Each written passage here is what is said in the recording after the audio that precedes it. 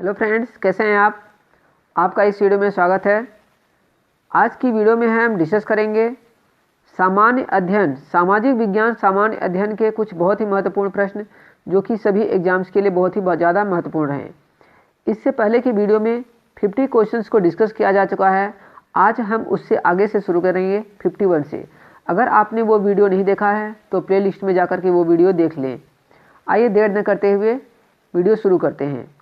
सबसे पहला क्वेश्चन है, नई आर्थिक नीति एनईपी का जन्मदाता था। जो नई आर्थिक नीति है इसका जन्मदाता किसे माना जाता है? तो इसका जन्मदाता जो है लेनिन को माना जाता है। इसका जन्मदाता किसे माना जाता है? लेनिन को। नेक्स्ट क्वेश्चन है, अप्रैल थीसिस किसने तैयार की? अप्रैल थीसिस किसने तैयार की? तो अप्रैल थीसिस जो है लेनिन ने तैयार की थी। नेक्स्ट क्वेश्चन है, लेनिन ने नई आर्थिक नीति की घोषणा कब की? 1921 में। लेनिन ने नई आर्थिक नीति की घोषणा कब की? 1921 में। नेक्स्ट क्वेश्चन है, लाल सेना का गठन किसने किया था? लाल सेना का गठन किसने किया था? ट्राटस्की ने किया था। किसने किया था? ट्राटस्की ने। नेक्स्ट क्वेश्चन है इसमें,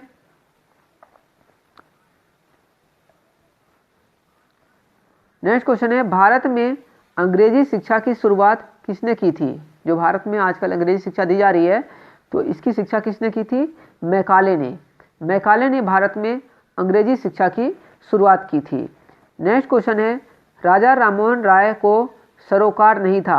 राजा राममोहन राय जो थे उनको क्या सरोकार नहीं था? ऑप्शन है इसके हिसाब से संस्कृत की शिक्षा में। किसमें सरोकार नहीं था? संस्कृत की शिक्षा में उनको सरोकार नहीं था। जलियांवाला बाग हत्याकांड के लिए कौन सा जनरल उत्तरदायी था?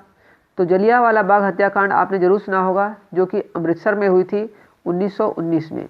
तो कौन जिम्मेदार था? General Dyer. नेक्स्ट क्वेश्चन है, प्रथम मैसूर युद्ध किनके बीच लड़ा गया था?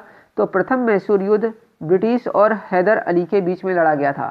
प्रथम मैसूर युद्ध किसके बीच में लड़ा गया था? ब्रिटिश और हैदर अली, मतलब अंग्रेजी सेना और हैदर अली के बीच। नेक्स्ट क्वेश्चन है, सती प्रथा पर प्रतिबंध किसने लगाया था? तो जो ऑप्शन है उसमें Lord William Bentinck. Lord William Bentinck ने सती प्रथा पर प्रतिबंध लगाया था। नेक्स्ट क्वेश्चन है, किस वर्ष में म्यांमार भारतवर्ष से अलग हुआ? म्यांमार की राजधानी म्यांमार पहले भारतवर्ष का ही अंग था, जिसको बाद में अलग कर दिया गया था 1937 में। 1937 में इसको अलग कर दिया गया था म्यांमार में, जिसकी राजधानी बर्मा थी। नेक्स्ट क्वेश्चन है, भारत में खोजा गया सबसे पहला पुराना शहर कौन सा था? तो हड़प्पा। भारत में खोजा गया सबसे पहला पुराना शहर कौन सा था? तो हड़प्पा। सिंधु घाटी के लोग विश्वास करते थे। ऑप्शन है मातृशक्ति, कर्मकांड, आत्मा या इनमें से कोई नहीं। तो आंसर होगा मातृशक्ति। सिंधु घाटी के लोग किसमें विश्वास करते थे? मातृशक्ति में।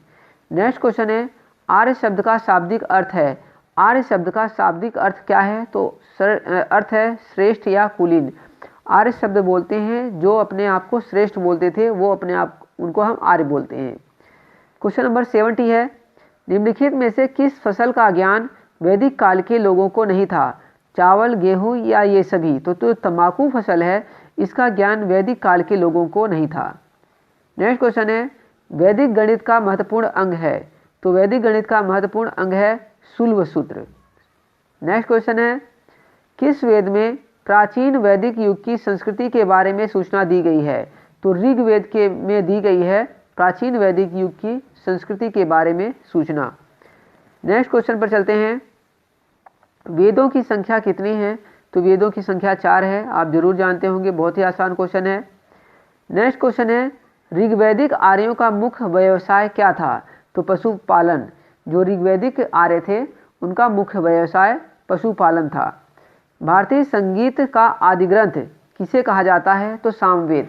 भारतीय संगीत का आदि ग्रंथ सामवेद को कहा जाता है। यहाँ पर यह क्वेश्चन भी बन सकता है कि किस वेद में संगीत का वर्णन किया गया है? तो इसका आंसर भी सामवेद होगा। नेक्स्ट क्वेश्चन है, प्रथम विधि निर्माता कौन है? तो प्रथम विधि निर्माता मनु है, मनु। 77 क्वेश्चन है, कृष्ण भक्ति का प्रथम और प्रधान ग्रंथ कौन सा है? तो श्रीमद् भगवत गीता।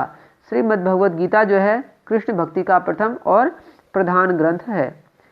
नेक्स्ट क्वेश्चन है, ऋग्वेद में संपत्ति का प्रमुख रूप क्या है? तो गोधन। मतलब जो ऋग्वेद में गोधन मतलब गाय को संपत्ति का प्रमुख रूप जो है बताया गया है। चलते हैं नेक्स्ट क्वेश्चन में। फ्रेंड्स, अगर आपको क्वेश्चन पसंद आ रहे हैं तो वीडियो को जरूर लाइक करें और चैनल को सब्सक्राइब करके बेल आइकन प्रेस कर दें ताकि आपको आने वाले अन्य वीडियो मिलते रहें। क्वेश्चन है, पुराणों की संख्या कितनी है? तो पुराणों की संख्या 18 है। पुराण कितने हैं? 18। वैदिक धर्म का मुख्य लक्षण इनमें से किसकी उपासना था? तो वैदिक धर्म का मुख्य लक्षण का जो था उसकी उपासना प्रकृति की उपासना। किस देवता के लिए ऋग्वेद में पुरंदर शब्द का प्रयोग किया गया है? तो इंद्र। ऋग्वेद में पुरंदर किसे कहा गया है? इंद्र को। अगर इंद्र का पर्यायवाची शब्द पूछे तो वो है पुरंदर। नेक्स्ट क्वेश्चन है, शूल्व सूत्र किस विषय से संबंधित है? संबंधित पुस्तक है तो ज्यामिति। शूल्व सूत्र किससे संबंधित है? ज्यामिति से, जो कि गणित की एक शाखा है। अष्टोमा सद्गमय कहाँ से लिया गया है? तो ऋग्वेद। बहुत ही अच्छा क्वेश्चन है। अष्टोमा सद्गमय कहाँ से लिया गया है? ऋग्वेद से। धर्मशास्त्रों में भू राजस्व की दर क्या है? तो 1/6। मतलब 1/6 जो है धर्मशास्त्रों में भू राजस्व की दर थी। नेक्स्ट क्वेश्चन पर चलेंगे। प्राचीन भारत में निष्क नाम से क्या जाने जाते थे? तो निष्क किसको कहते थे? स्वर्ण आभूषण। निष्क किसे कहा जाता था प्राचीन भारत में? स्वर्ण आभूषण को। योग दर्शन के प्रतिपादक हैं, बहुत ही महत्वपूर्ण क्वेश्चन है, पतंजलि। पतंजलि को योग दर्शन का निर्माता या प्रतिपादक माना जाता है। नेक्स्ट क्वेश्चन है, उपनिषद पुस्तकें किससे संबंधित हैं? तो उपनिषद पुस्तकें दर्शन से संबंधित है। उपनिषद पुस्तकें किससे संबंधित हैं? दर्शन से। आरंभिक वैदिक साहित्य में सर्वाधिक वर्णित नदी है? तो सिंधु नदी। वैदिक साहित्य में, आरंभिक वैदिक साहित्य में सिंधु नदी का वर्णन किया गया है। कर्म का सिद्धांत किससे संबंधित है? तो कर्म का सिद्धांत मीमांसा से संबंधित है। मीमांसा वेदांत से, न्याय से, या ये सभी। तो इसका जो आंसर होगा मीमांसा। कर्म का सिद्धांत किससे संबंधित है? मीमांसा से। नेक्स्ट क्वेश्चन है, वैदिक युग में प्रभावित लोकप्रिय शासन प्रणाली थी? तो गणतंत्र। वैदिक युग में प्रभावित लोकप्रिय शासन प्रणाली क्या थी? गणतंत्र। नेक्स्ट क्वेश्चन पर चलते हैं। सिंधु सभ्यता का कौन सा स्थान भारत में स्थित है? सिंधु सभ्यता का कौन सा स्थान भारत में स्थित है? तो लोथल। लोथल जो है भारत में स्थित है। नेक्स्ट क्वेश्चन है, पाली ग्रंथों में गांव के मुखिया को क्या कहा जाता है? तो ग्राम भोजक। पाली ग्रंथों में गांव के मुखिया को क्या कहा जाता है? ग्राम भोजक। नेक्स्ट क्वेश्चन है, नंद वंश का संस्थापक कौन था? तो महानंदनी। ठीक, नंद वंश का संस्थापक कौन था? महानंदनी। और जो ये धननंद है, ये जो है नंद वंश का अंतिम राजा था, जिसको हरा करके चंद्रगुप्त मौर्य ने मौर्य वंश की स्थापना की थी। सिकंदर ने भारत पर कब आक्रमण किया? तो सिकंदर ने 326 ईस्वी में भारत पर आक्रमण किया था। तो फ्रेंड्स, ये थे 50 महत्वपूर्ण प्रश्न। उम्मीद करता हूँ कि आपको प्रश्न पसंद आए होंगे। अगर आपको पसंद आया है तो वीडियो को जरूर लाइक करें और चैनल को सब्सक्राइब कर लें ताकि आपको इसी प्रकार के अन्य वीडियो भी मिलते रहें। ओके फ्रेंड्स, मिलेंगे नेक्स्ट वीडियो में। तब तक के लिए